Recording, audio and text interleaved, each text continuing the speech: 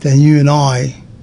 And oftentimes, like I even drove to the studio thinking about something similar to what you're saying as it relates to how many people know enough to understand the do's and don'ts, but they just sit back and just listen to the discussion, but make no contribution. And you know, And then we wonder why we're in the state that we're in.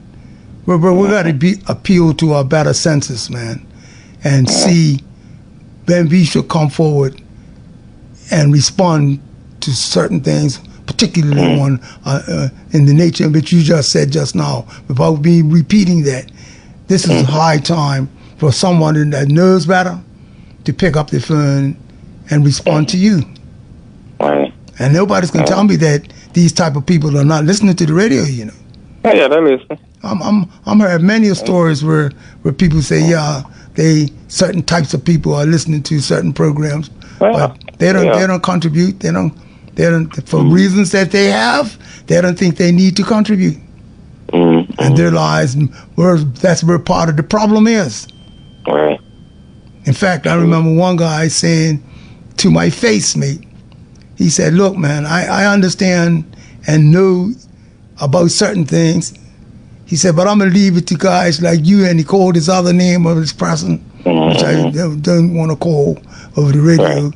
I'll leave it up to people like you to handle, man, because I know that's where your mind is at. So I'll leave it up to you. I looked at that guy's face. I said, "But how dare you, man?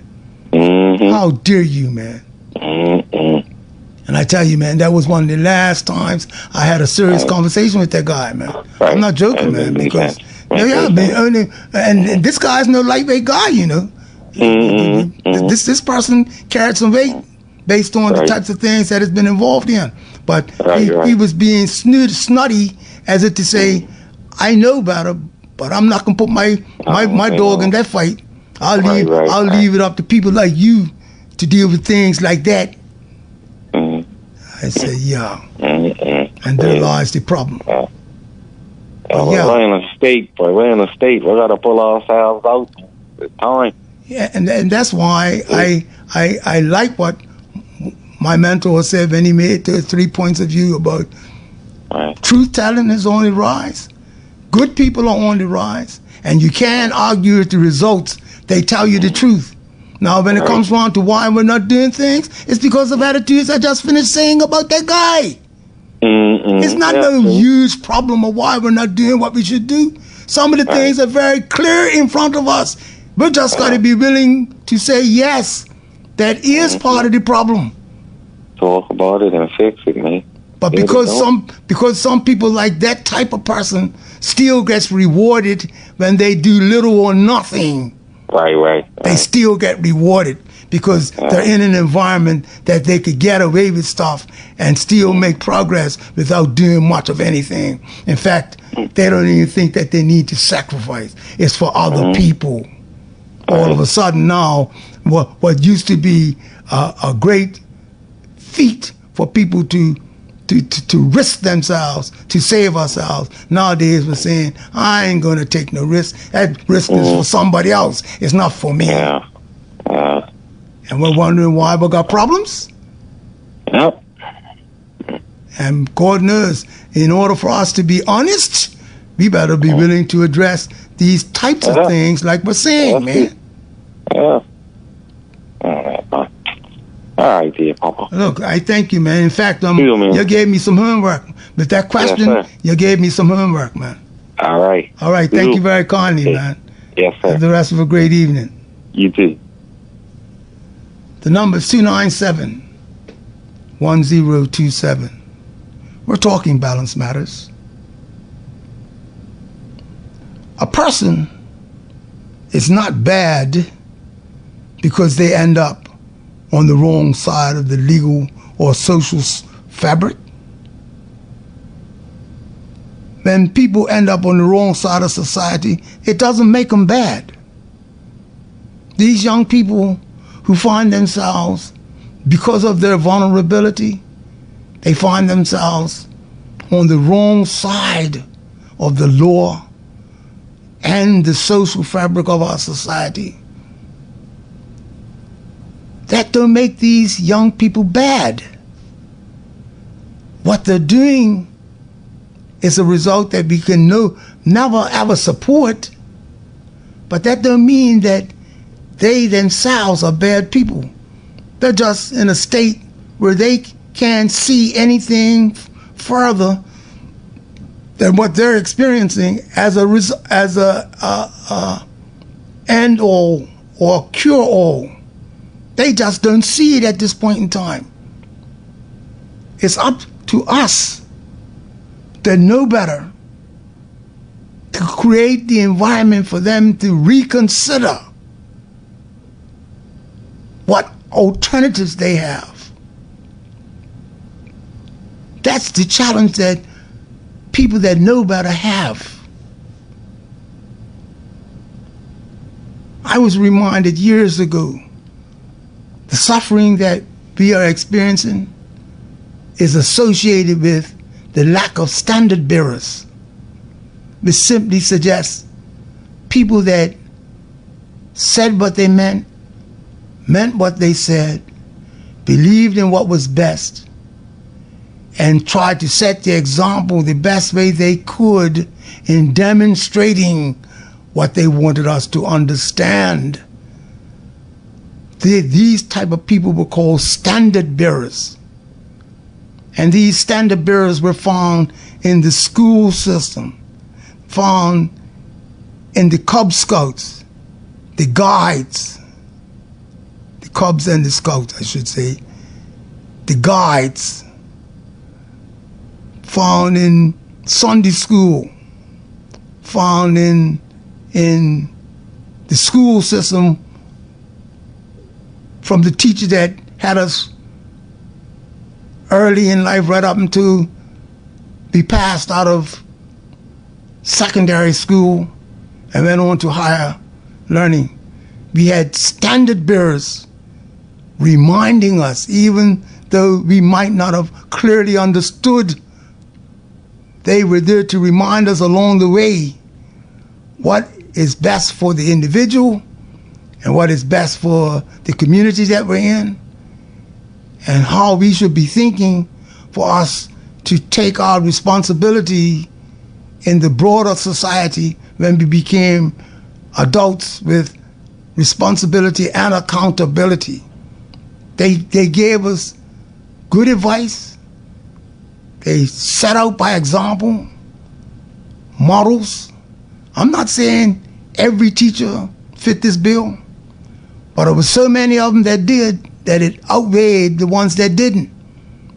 And there was so much of this being taking place that we very seldom had to discuss what was not taking place. So, for us to hear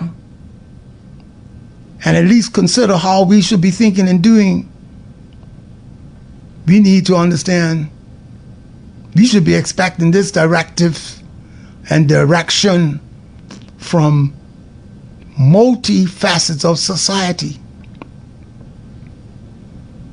Failure to have these examples and models demonstrate, and the word is demonstrate, to the subordinates, the ones that's under them. If they couldn't demonstrate what they're saying, they weren't the one to really set the example. And the society today, they say, is lacking large numbers of people that are doing that these days. It's far less people than what we were used to having, and in turn, that side of society is sadly lacking, and we're paying a dear price because of what's going missing in the life of family, the individual, neighborhood, and the broader community. We have a lot that's going missing, and in turn we're grabbing at stuff that's not useful to us. The number is 297-1027. We're talking Balance Matters. We're talking about the symptom of gang violence. We've heard with sure voices that young people who are vulnerable ends up in gangs. Those that reject wholesome public life and prefer to be disruptive and destructive. One of the callers last week said, in fact, I know it was Mike Watson that said, not all the people that were stealing bikes and doing the things that was unacceptable came from bad homes, or homes that didn't have a whole lot. Some of these people came from well-to-do homes, but they just chose to be vindictive. They just chose to be disruptive and rejected good guidance. So we do have some that know better but chose not to do better. And we've got to be clear when we come across this type of person. We're not trying to gloss over anything that's factual that may go against us. No, we're going to speak the truth. We're advised to gain the strength and the courage to speak the truth. What advice do we give the vulnerable young adult when we know he is familiar with gang members and their activity? What advice do we give the vulnerable young adult when we know he is familiar with gang members and their activities? What could we say to each other that would encourage us to make a contribution in this area? Because we oftentimes say we know people that fit in that category. Rendell said it right last week. These young people grow up around gang members, gang activity. They're very familiar with not just the activity, but the people. So what advice would we give a vulnerable child, a vulnerable young adult who's about to be seduced because he may be in the category of falling through some cracks in the family, in his social life? It's got a certain amount of confusion going on. Certain things are not working out in their life. What type of advice do we give these vulnerable young adults if we want them to look down a path of being encouraged to better alternatives rather than what they end up with that gets them in trouble? The number is 297-1027. We're talking Balance Matters. These are questions that warrants us at least recognizing their value and asking ourselves, where do we fit in responding to these questions? Do we leave it up to the other person? Is it that we don't know what to do as far as giving advice to our young adults when we know that they need our advice because they are putting themselves in harm's way because we see where they are risking themselves? Are we aware of how we can help them? Do we have any advice we could give to each other in this arena so as to give us an idea of how we should be managing these issues and these subjects? Because all of us don't have what we need to have as ideas or solutions towards these problems that that we're seeking answers to. We all are not looking at it the same way. But how many of us can help each other by reminding each other of how we're talking to young people, how we're trying to get them to see we care. We truly care.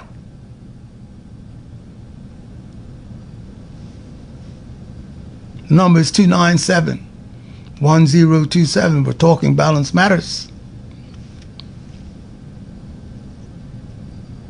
We're looking at gang violence and senseless killing as being a symptom and not a problem. It's a symptom to a bigger problem. It's a social problem. It's not a legislative problem, nor is it a political problem. It's a social problem.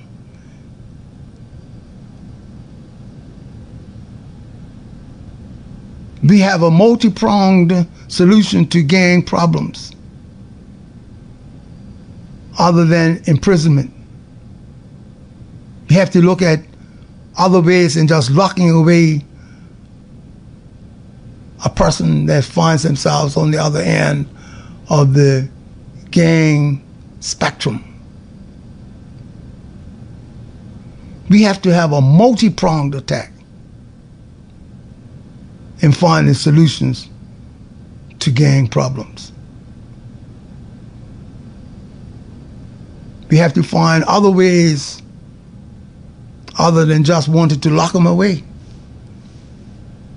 Because as long as we have what they call the chain link process, when one goes in jail, another one takes his place. So we just keep filling up the jails. The number is 297-1027. We're talking Balance Matters. I am reflecting on a story having to do with one of the most notorious gang leaders. I'm not sure if he was a Blood or a Crip, coming out of the United States, who ended up being in jail. He got caught, and the punishment for his crimes as a gang leader had him ending up in jail for a long time. I'm not sure which university it was, Yale, Harvard. One of them, in dealing with criminology and gang violence, came up with an idea of talking with a gang leader of the nature of this person. I can't call the name right offhand. My mind, it's a bit stretched right now. But this true story, they had this gang leader talking to college students and their professor from prison, having to do with what was connected to gang violence. This particular leader, he gave so much insight to the program, trying to give criminology and the legal system how the gangs were performing and what was the aspirations and the activities of the gangs. They became so enlightened because of the information that this gang leader was able to give. The gang leader himself ended up becoming one advocating for young people not to get involved in gangs. He ended up being a great advocate as being an anti-gang member or anti-gang promoter. He helped the institutions as in the educational systems in looking at how they understood gang involvement and gang participation and gang intentions and all of that. He helped them so well that he was put up for a Nobel Peace Prize. And this is a true story. They thought his contribution was so beneficial to the institutions that dealt with criminology and stuff like that, the legal institutions, the educational institutions, the prison institutions. They gained so much from this guy that they put him up for a Nobel Peace Prize winner. And they didn't allow him to receive it or to be even put on the list. But he was nominated.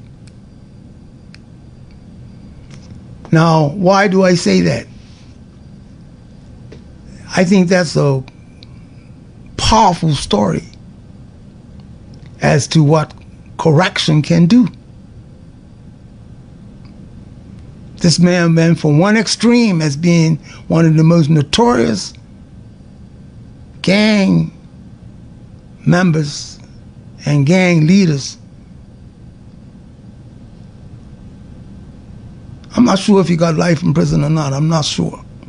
I do know he got a long time. His crimes caused him to get a long time. And they wanted to know what made this type of criminal tick, this type of gang member tick, this gang promoter tick. What made him, how did he think? What was the reasons for them thinking that gang violence was the necessary route to get what they thought they needed? Well, this man went from being a notorious gang member to being an anti-gang violence promoter. And he changed the direction of how people were looking at prison systems and the mentality of inmates who ended up on the wrong side of the law, simply saying, never give up hope of a mind of an individual changing, being redirected, and being responsible for great change for masses of people. The number is 297-1027. We're talking Balance Matters. Gang violence is a symptom. It's not the problem. We need to consider our roles, whoever we are,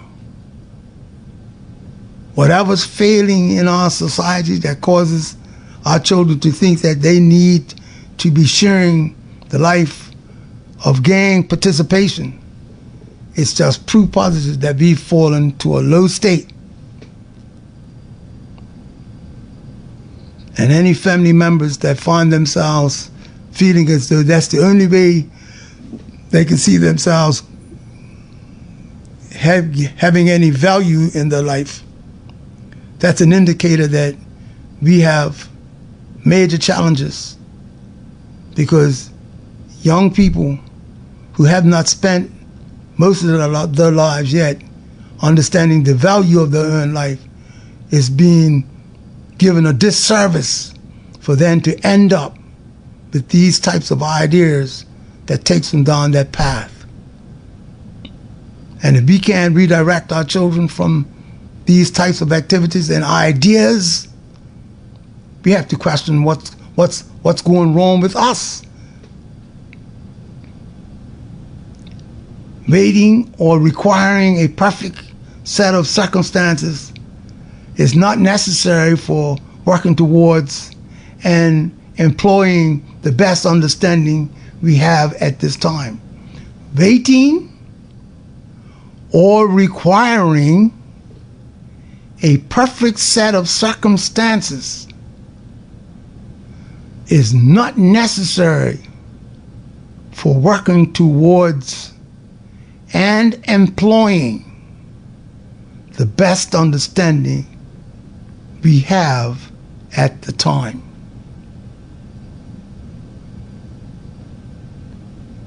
Some of us, we often want to know, are we got the answer? Are you sure we got the answer?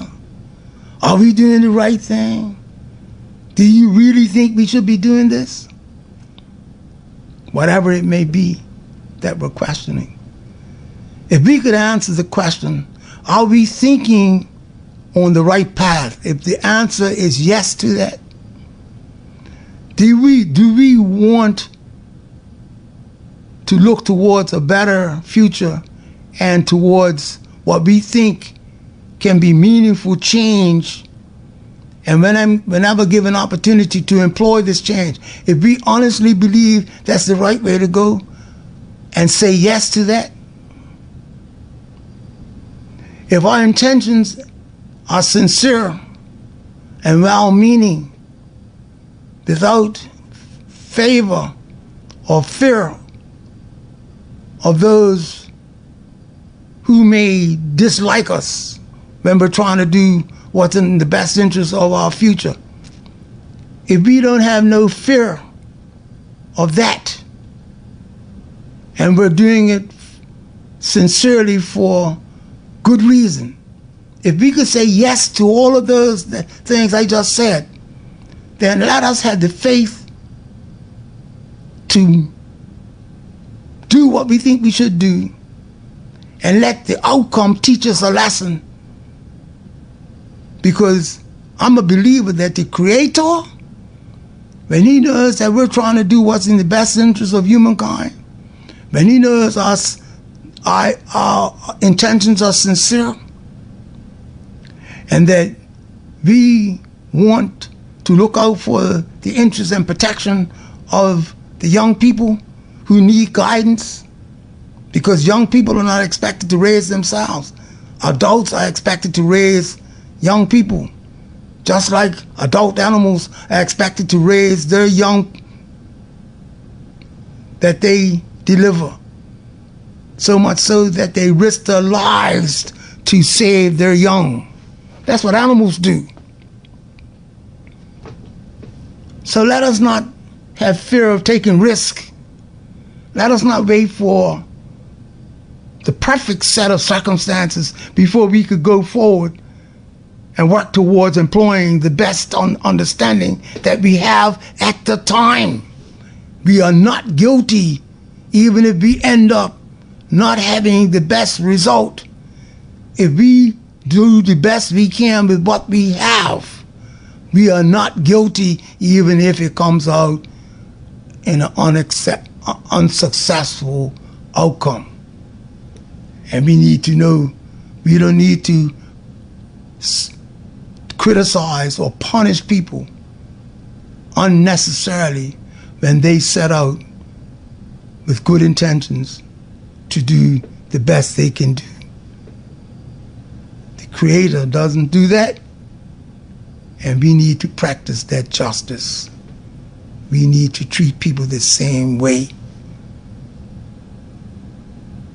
Lastly, for me, on this issue of looking into the subject of gang violence, gang behavior, the vulnerability of victims that ends up in gangs, the question of them, us questioning, are they really good in the family? Because we wasn't always weak. We didn't promote gangs years ago. Our children didn't have as a resort to their future to consider having to get in gangs to improve their life. We didn't have that. This is just something of late. 25, 30 years is a short time in the life of the development of a humankind. The history of man's development. 25 to 30 years of this gang violence. This is new. has a large mass of people practicing it. Years ago, the numbers were so small, they weren't even on the radar. Government are not the fathers or the mothers of our children. Government are not the extended families of our children. Most of what our children need are expected to come from the immediate family, not from government. Most of what our children need, I didn't say all, government has a part to play in helping community life, but most of what the children need for our children to get a good chance towards life is expected to come from the immediate family. This should be the message that we accept. This is the message that we should be looking to accentuate. This is a message that should be loudly expressed. And we should want to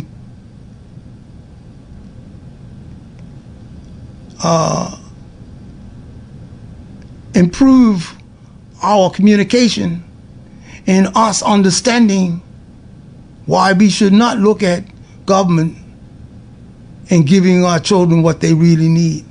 Their government is a facilitator. They help us to accomplish what we need to have as a fulfillment of our objectives. Not the beginning, not the middle. They come at the end of our fulfillment of our projections for our children. So the start that our children needs, that will fulfill their aspirations and desires, take up their time and energy, the laudable objectives that we should be given to our children should come from our parents first. The direction and value of educational experiences, intellectual understanding,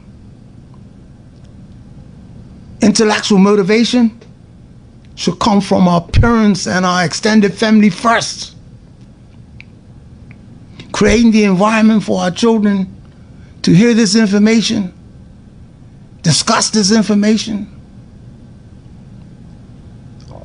want to have understanding of this information, to have clarity of this information, should come from around the kitchen table, the dining room table of the family first. And whatever we need to expand upon these things and improve upon these things, then what we can't supply as family or as neighborhood, then we can go to other institutions which involve government facilitation or social facilitation or legislative facilitation. But that doesn't come first. So, my dear listening audience, I pray to God that we got something out of tonight's program that would make us feel that there's some room for us, that we all can learn. We all do better because we learn. Because we learn something. I hope and pray to God that we learned something from the discussion tonight. Tune in next week. Have the rest of a great evening.